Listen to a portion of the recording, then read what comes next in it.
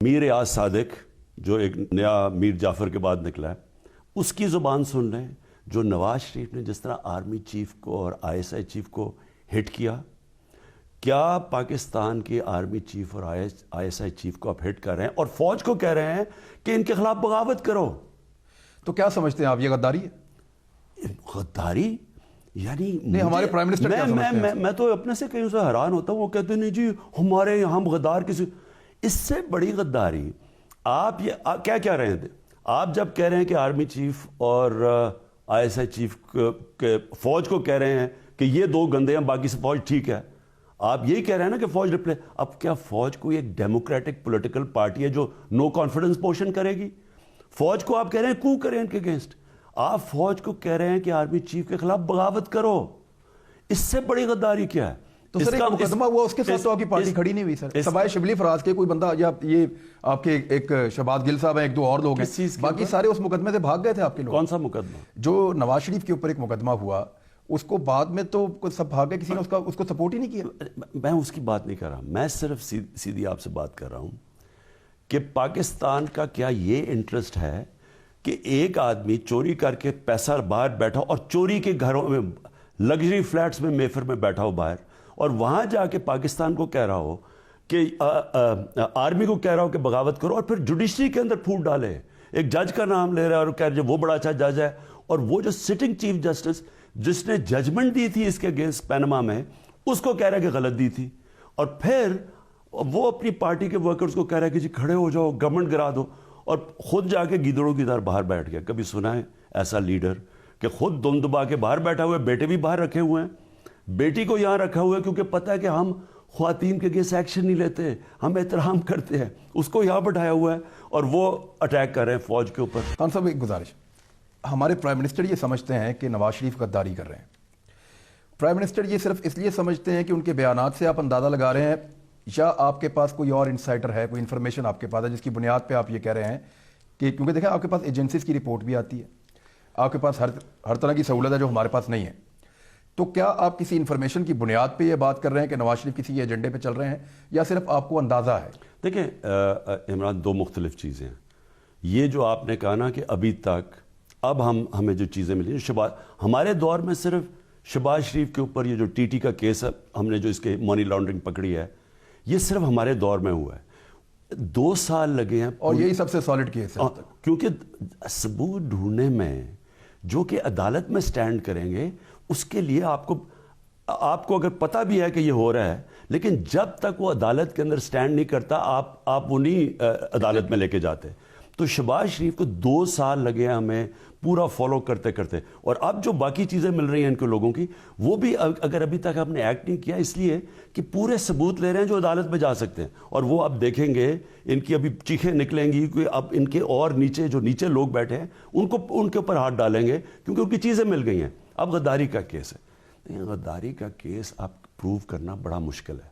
مجھے جو خبر ہے، اب حسین حقانی جیسا آدمی، کون سا پاکستانی نہیں جانتا کہ وہ بیٹھ کے امریکہ میں کیا انڈین لابی کے ساتھ مل کے پاکستان کے خلاف کام کر رہا ہے۔ جو پاکستانی باہر بیٹھتے ہیں، آپ سوچو اس کے ساری اس کی جو کمیونیکیشن اسٹریٹجی ہے وہ پاکستان کی فوج کے خلاف ہے، جی پاکستانی فوج سب کچھ ظلم کر رہی ہے، عمران خان ایک پتلا ہے، یہ سارا کر رہا ہے، کس کی زبان کر رہا ہے؟ وہ ہندوستان بھی وہی کر رہا ہے۔ ہندوستان کی کوشش ہے کیا؟ پاکستانی فوج کو ڈسکریڈٹ کرے۔ پاکستانی فوج کو ڈسکریڈٹ کر کے کیا ہوگا؟ اگر پاکستان کی فوج اگر اس وقت کمزور ہو جاتی ہے، ہندوستان پاکستان کے 3 ٹکڑے کرنا چاہتا ہے، ان کے تھنک ٹینکس کی سٹیٹڈ پالیسی ہے یہ۔ کبھی بھی 73 سال میں اتنی اینٹی پاکستان اور اینٹی مسلمان حکومت آئی نہیں جو یہ نریندر مودی کی حکومت ہے، اور ان کی پوری کوشش یہ ہے کہ پاکستان کے اندر وہ جو ہائیبرڈ وارفیئر کریں، 5th جنریشن وارفیئر، ٹیررزم کریں، یہ جو دہشت گردی ہے، جو ہمارے فوجی قربانیاں دے رہے ہیں، یہ جو کلبھشن یادو ٹائپ جو ان کی گیمز چل رہی ہیں، ان کی کیا کوشش ہے؟ پاکستان کو کمزور کرنے کی نا۔ تو یہ کیا کر رہا ہے نواز شریف؟ یہ وہی زبان استعمال۔ کیوں آج ہندوستان میں نواز شریف کو اتنا چرچا؟ عمران خان بالی ووڈ کا ویلن ہے، لیکن نواز شریف کوئی بہت بڑا ڈیموکریٹ آ گیا ہے جو ضیاء الحق کی گود میں پلا تھا وہ آج ڈیموکریٹ آ گیا ہے. یعنی عمران خان جس نے 23-24 سال زیرو سے اپنی پارٹی شروع کر کے پبلک کو موبلائز کر کے آیا, ایک طرح 5 سیٹوں میں جیتا ہے, پاکستان کی تاریخ میں کوئی جیتا ہی نہیں ہے. وہ فوج کا پپٹ ہے جو ضیاء الحق نے جس نے اس کو تیار کیا تھا, اور جنرل جلانی نے, وہ ڈیموکریٹ. کیونکہ ہندوستان کو سوٹ کرتا ہے نواز شریف, عمران خان نہیں سوٹ کرتا. نواز شریف غدار ہے, یہ آپ کی اسیسمنٹ ہے, انفارمیشن نہیں ہے. انفارمیشن ہے جو کہ سٹینڈ نہیں کبھی کرے گی, کیونکہ ایجنسیز کی انفارمیشن عدالت میں تو نہیں سٹینڈ کرتی. مثلاً کیا ملاقاتیں کی انہوں نے کچھ, کیا ہمیں پتہ ہے کس سے ملتا رہا وہاں, ہمیں یہ پتہ ہے کہ وہاں پوری انفارمیشن ہے کہ کن کن سے یہ ملتا ہے. حسین حقانی ان کی کمیونیکیشن اسٹریٹجی چلاتا ہے نواز شریف کی, وہ بیٹھ کے وہاں سے. حسین حقانی کا ہمیں اگر آپ کو نہیں پتا تو وہ بھی پتا ہے کہ وہ جو زرداری کا کیس تھا, جو نواز شریف نے ہی اس کو زرداری کے خلاف عدالت میں کیس کیا, میمو گیٹ سکینڈل کے اندر کون تھا؟ حسین حقانی تھا, جو امریکہ کو کہہ رہا تھا کہ آ کے پاکستان کی فوج سے بچاؤ اسد زرداری کو. سر یہ کیا بے بسی نہیں ہے ایک وزیر اعظم کی کہ اس کو پتا ہے کہ ایک آدمی غداری کر رہا ہے اور اس کے خلاف غداری کا مقدمہ نہیں چلا سکتا؟ نہیں, دیکھیں پھر سے میں ریپیٹ کرتا ہوں, عدالت کے اندر آپ کیس تب تک نہیں لے جا سکتے جب تک وہ ثبوت جو عدالت میں سٹینڈ کرتے ہیں. You are working on it. دیکھیں وہ ایجنسیز کی رپورٹس کے اوپر آپ عدالت میں نہیں جا سکتے, لیکن آپ اس کے لیے ثبوت تو اکٹھے کریں گے نا.